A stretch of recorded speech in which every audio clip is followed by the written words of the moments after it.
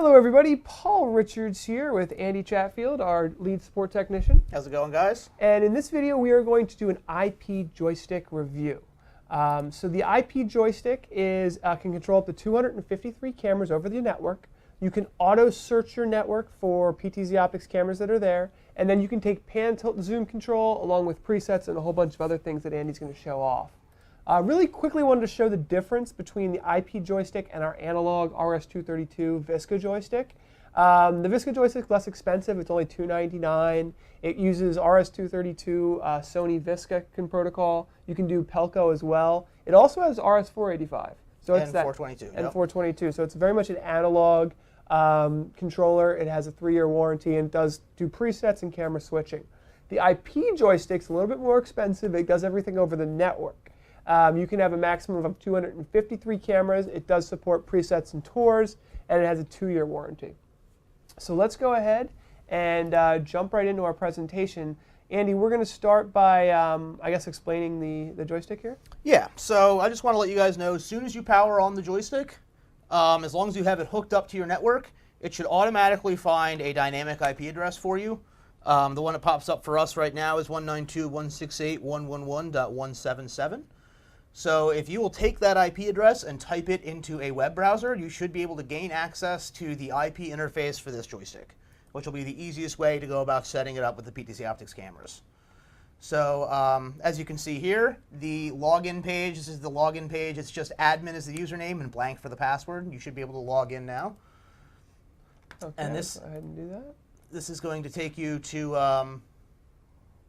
the IP interface of the camera. So you should see a green box on the left, the blue box in the middle, and the red box on the right. The green box is going to be available cameras that your camera can find, basically via their OnVIF protocol. And once you hit search in that green box, it's going to find every camera available. You can then go through and add those cameras to the joystick itself. So we have 4 PTZ Optics cameras. We're just going to hit Add All and add them all to the IP joystick. And now we want to be able to differentiate between them aside from IP address. So we're going to give each one a camera address of 1, 2, 3, and then 4.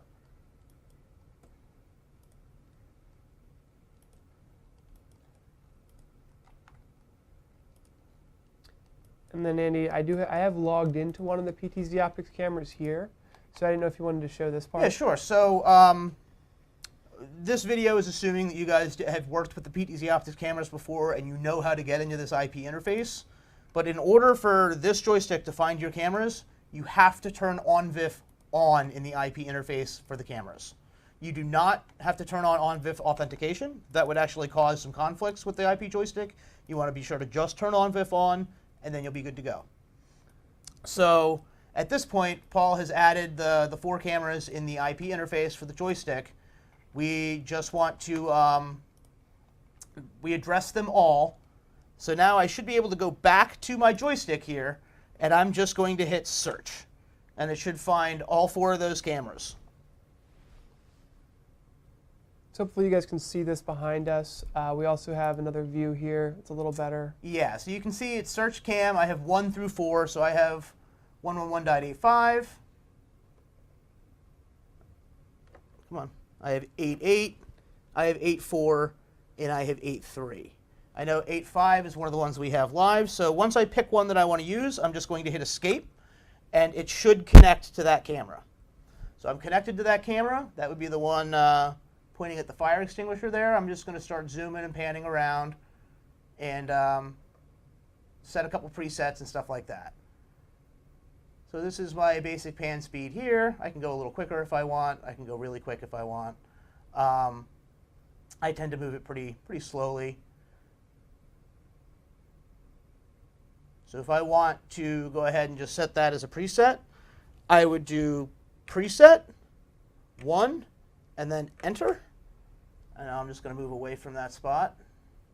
And I'm going to do shot 1, enter. And that should take me back to that preset that I set.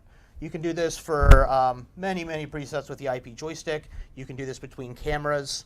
So if you want to switch to different cameras, like I'm on my 8.5 right now, I'm just going to hit next in this bottom left here. And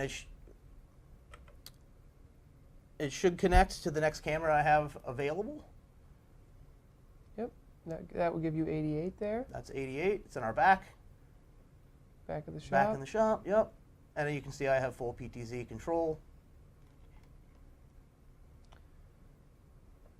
Now there's buttons next to your joystick as well, Andy. I see you have focus and zoom and things like that. Yep, so the PTZ Optics can be controlled for all of these parameters, but in order to control the focus of the camera, you'd have to put the camera into manual focus mode, which can be done using the IR remote control and just hit the manual button.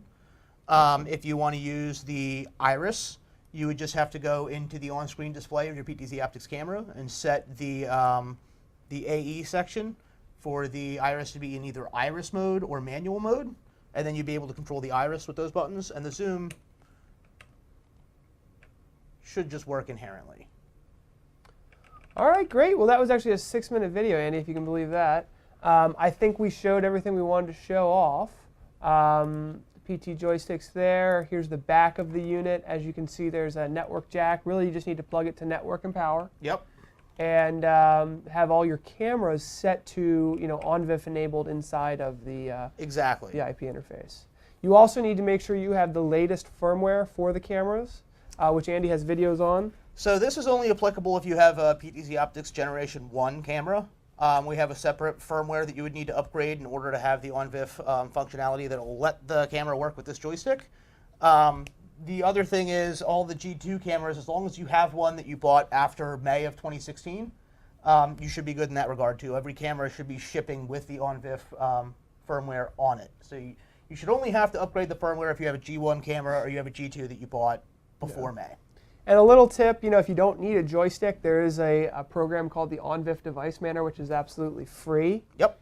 OnVIF Device Manager, and you can just do that right from your desk. We have open source control software you can use. There's a lot of stuff you can do. But this IP joystick is really nice if you've got multiple cameras on your network and you want to just be able to control them. Well, plus it has the analog feel. It's a lot harder to sit there and pan, tilt, and zoom your camera and do presets and stuff with a program where you're using the mouse to click and drag and stuff like that. Using an actual joystick is a lot nicer and easier for people who are used to working with cameras. Thanks for watching, everybody. Have a nice day. See you guys.